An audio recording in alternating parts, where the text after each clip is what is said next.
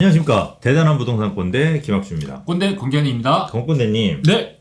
한 달 사이에 부동산 서울의 아파트 값이 네. 1억 8천만 원이 뛰었다고 합니다. 오, 엄청 뛰었네요. 네. 그 사실입니까? 말이 안 되죠? 말이 안 되는가요? 네, 네. 이 말이 안 되는 일이 네. 뭐 그동안 워낙 많이 벌어졌으니까 그렇죠, 그렇죠. 예, 사람들이 네. 뭐 그렇겠다 생각할 수도 있는데 네. 1억 한 달 사이에 1억 8천 뛰는 건 사실 말이 안 되잖아요. 여태껏 그런 일도 없었고 저희가 무슨 베네수엘라도 아니고 그게 좀 말이 안 되는 건데 이게 어떤 통계에 오릅니다. 아, 그래요? 예, 그러니까 정부의 잘못된 통계 발표가 계속 이런 오류를 만들고 있어요. 시장에서 이런 통계를 믿고 또 그 정보를 신뢰하고 어떤 판단을 하셨던 분들은 대단히 큰 오류가 발생하게 되겠네요. 네네. 또 네. 오히려 반대로 가신 분들은 네. 또 생각보다 큰 수익이 갑자기 아, 그렇죠. 예, 발생할 수 있는 거예요. 그러니까 우리 구독자분들이 이런 통계만 보고서는 어떻게 행동을 해야 될지 어떤 재테크 전략을 펼쳐야 될지 헷갈리실 거예요. 많이 헷갈릴 거예요. 이 부분에 대해서 네. 오늘 정확한 명제를 저희가 짚어드리고 네. 어떻게 여러분들이 재테크 전략을 펼쳐야 될지 그거에 대해서 정확하게 정답을 내려드리도록 하겠습니다. 네.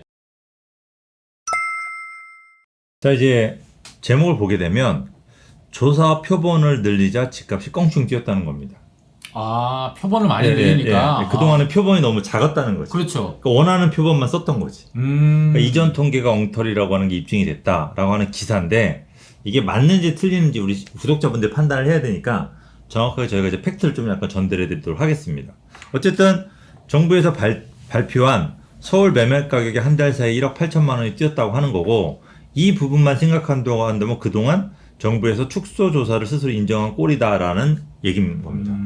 그래서 이 조사 기간별 서울 아파트 평균 매매가 추세를 보게 되면 약간 이 주홍색이 우리 KB 그 민간에서 조사한 거고 네. 요 약간 푸른색이 한국부동산원 네. 그러니까 약간 정부에서 조사를 한 거죠. 네네. 그래서 올 3월만 하더라도 민간에서 조사한 게 약 11억 정도가 나왔어요. 서울 평균 아파트 가격이. 네. 그런데 정부에서 조사한 게 9억 정도가 나온 거죠. 많이 차이가 나네요. 2억 정도 차이가 난 거죠. 그러네요. 너무 많이 차이가 난다. 그래서 서로 맞다고 계속 얘기를 한 거지. 정부는 정부에서 하는 게 맞다.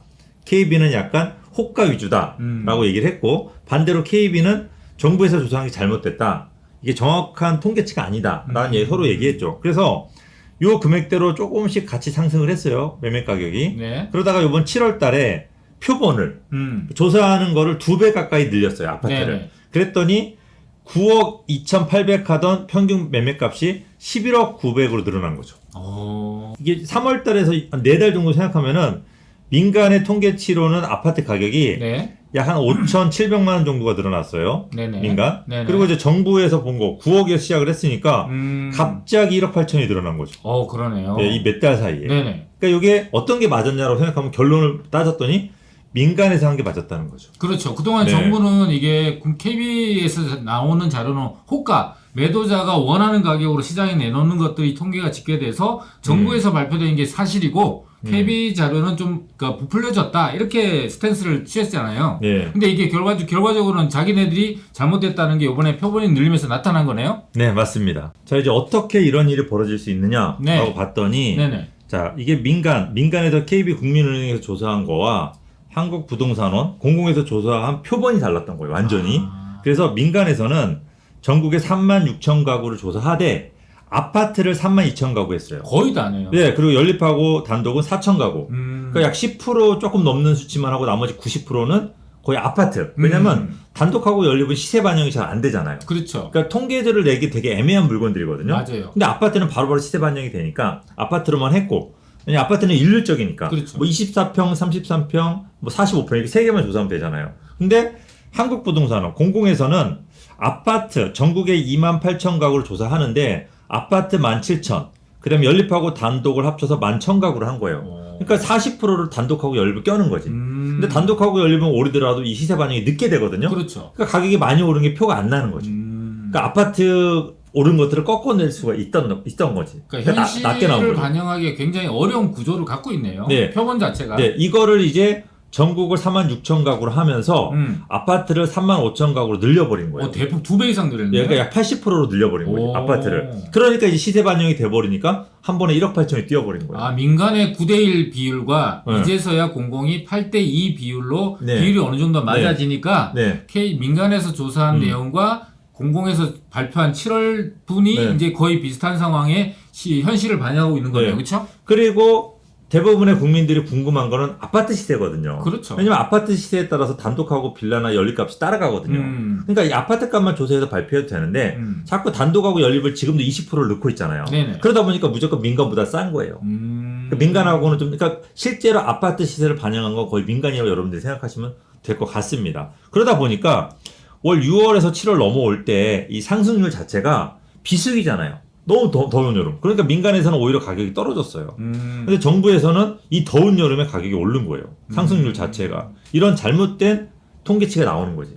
이게 좀 문제라고 하는 거죠. 그렇군요. 그러니까 이런 잘못된 통계치를 믿고 집을 안 산 사람. 그러니까 정부에서 봐라, 통계를 봐라, 집 많이 안 올랐다, 걱정하지 말아라, 집 사지 말아라, 그 말을 듣고서 집을 안 사고 기다리신 분들은 어떻게 됐을까요? 굉장히 안 좋은, 지금 슬픈. 네. 그죠? 댓글만 열심히 좀 안 좋은 댓글 달잖아요. 네. 네, 그죠? 그 다음에 이제 반대로 정부의 통계치를 믿지 않고 민간의 통계를 믿고 집을 사신 분들은 새로운 기회, 좋은 결과가 굉장히 좋은 결과가 나왔겠죠. 그렇죠. 왜냐하면 네. 정부의 통계를 믿은 사람이 집을 안 사다 보니까 그게 틈새 시장이 돼버린 거죠. 이게 문제가 뭐냐면은 네. 공공에서 이런 데이터나 통계 자료를 만들잖아요. 부동산원에서. 그러면 이 통계 자료를 갖고 정부가 정책을 만들어요. 그런데 그렇죠. 그 표본이 된 정책을 만드는 표본이 되는 데이터가 통계치가 현재과 현실과는 좀 다른 오류가 발생을 하니까 거기를 토대로 나오는 정책도 오류가 발생할 수 있는 가능성이 되게 높아졌다. 이렇게 보면은 좋을 것 같습니다. 그래서 제가 요 유튜브를 통해 항상 말씀드리는데 정책을 제가 믿으란 말을 안 해요. 정책은 분석을 하는 거지 믿는 게 아닙니다. 분석을 해서 여러분들 재테크 전략은 따로 만드셔야 된다. 항상 제가 말씀드리거든요. 이게 어떻게 본다면 오늘 가장 중요한 포인트가 아닐까. 그러네요. 라는 생각을 명심해야 합니다. 될 것 같습니다. 네. 그래서 본문 내용을 좀 보도록 하겠습니다. 네. 자, 이제 정부가 표본을 최근 대폭 확대했다. 네. 그러니까 첫 통계에서부터 아파트 평균 매매 가격 억 단위로 뛰었다. 그러니까 표본을 확대하자마자 1억 8천이라는 게 뛰었다는 거죠. 그러니까 이전 통계가 그만큼 현실을 정확하게 반영하지 못했다는 것을 셀프 입증했다. 그러니까 결국 그러니까 어쩔 수 없이 한 거죠, 이거는. 미루다가 하도 말이 많으니까. 그러니까 자기네들이 네. 정부에서 공공에서 내는 통계 자체가 현실하고는 국민들이 봤을 때는 피부로 와닿는 느낌하고 완전히 다르다 보니까 계속 이걸 비판했던 거죠. 그러니까 1억 8천이 뛰어버리니까 이제 할 말이 없는 거예요. 이거 어떡할 거예요, 이거. 갑자기 이렇게 많이 뛰어, 이걸 본 사람들은 멘붕에 빠져 있을 거 아니에요, 지금. 그렇죠. 정말 심각합니다. 이게, 이 통계를, 이것뿐만이 아닌 다른 통계도 있어요. 입주 물량에 대한 통계도 굉장히 잘못됐어요. 아, 그래요? 예, 그거는 서울 아파트 입주 예정 물량인데, 이것도 네. 그래요. 네. 이것도 역시 부동산 114에서 조사하는 거 국토부, 이 빨간색이 부동산 114, 그러니까 민간에서 조사하는 거고, 이 파란색이 국토부에서 조사를 하는 거예요, 민간. 그래서 네. 2020년도에 정부에서는 5만 3천 가구 정도가 신규 입주 물량이라고 했어요. 근데 민간에서는 4만 3천 가구라고 해가지고 모자란다고 했어. 그러니까 5만 가구가 필요하거든요. 근데 정부에서 하는 건 집이 남어. 네. 근데 민간에서 하는 건 집이 부족해. 그렇죠. 근데 누구 말이 맞았어요? 민간이 맞았죠. 그 집이 부족했죠, 많이. 그렇죠, 많이. 그리고 예상했던 것보다 더 적었어요. 그렇죠. 4만 3천 가구가 안 됐단 말이에요. 그렇죠. 예, 이거 왜냐면 KB도 조금 약간 긍정적으로 봤으니까. 한 3만 8천인 걸로 예, 기억하는데. 네. 그런데 이번에 2021년도 마찬가지로 정부에서는 3만 6천이에요. 그러니까 모자라긴 해. 네, 근데도 예, 조금 아무래도 모자란다. 예, 근데 민간에서는 2만 2천이 나온 거예요. 절반 이하다. 절반 이하고 난리가 난 거야, 민간에서. 그렇죠. 그러면 누구 말이 맞았냐고 지금. 집값이 역대 최고치로 뛴다. 네. 입주 물량이 절반 이하로 특히 서울에 아파트 입주 물량 절반 이하다 보니 이게 팩트다 보니까 지금 이게 현실에 반영이 되고 있는 거죠. 이게 공공에서 나오는 통계 자료를 갖고 정부가 발표를 하다 보니까 가격이 상승한 거에 대해서는 덜 상승했다고 얘기하고 예. 그다음에 공급은 부족한데 많다고 얘기를 하네요. 네. 결과적으로. 이 얘기를 믿고서 재테크 전략을 펼치시는 분들은 지금 상당히 곤란한 상황에 처한 거죠. 그러네요. 이런 입주 물량의 차이가 날 수밖에 없는 게, 자, 정부 통계에만 잡히는 하반기 입주 아파트 물량인 거예요. 네. 봤더니 행복 청년주택, 그 공공임대가 다 들어가 있는 거야. 2,200가구가 뭐 여기 뭐 다 나와 있으면 성북구라든지 강서구, 강남, 관악구 다 이런 네. 공공임대주택을 민간에서 치지 않는 거지. 공공임대주택은 아닌 거잖아요. 그렇죠. 아니죠. 그리고 도시형 생활주택까지 오피스텔 같은 원룸 이것들이 나온 거, 이것도 아파트로 다 잡혀버린 거예요. 봤더니 우리 잘 안 보일 수도 있는데 전용 면적이 3평이에요. 논현동 거는 11제곱미터. 예, 영등포 거는 12제곱미터면 3.6평. 그래. 전용이 이걸 아파트라고 입주 물량으로 치는 거예요 지금. 송파는 5.4평. 네.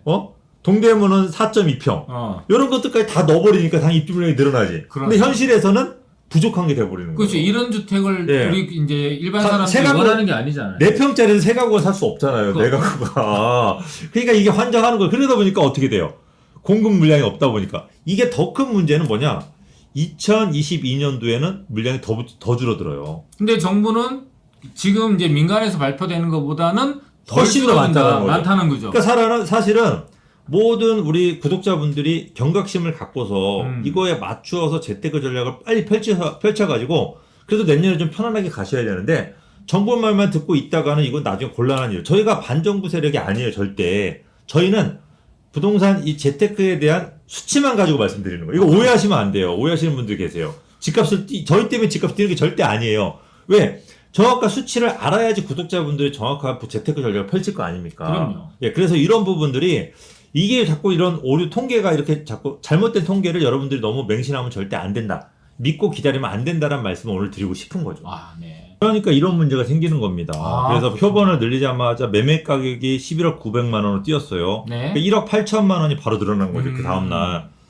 그러니까 우리 전 장관님, 네. 김현미 전 장관님이 KB 통계는 호가다. 실제 가격이 아닌 집주인이 부르는 가격을 중심으로 한 거다.